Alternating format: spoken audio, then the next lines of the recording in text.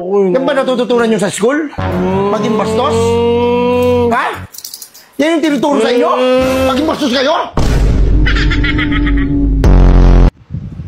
Tapos yung English mo, ang taas. Ano ka ba? Amerikano ka ba? Hindi.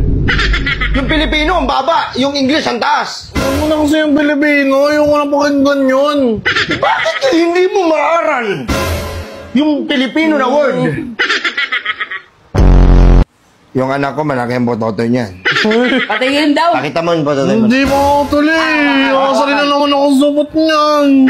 Sabi mo, okay lang hindi magpatuli para parehas tayo eh. Hoy. Nakasar na nga ako eh. Pala pare. Hindi bre.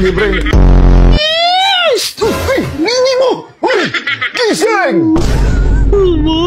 Naggiling ko sa inyo, saan ba? Sa mundo.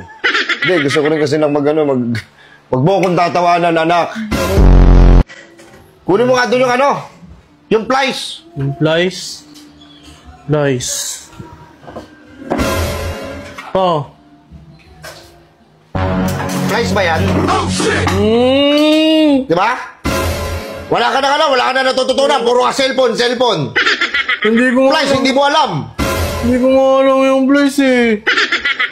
Tapos pag alam mo na, lolo.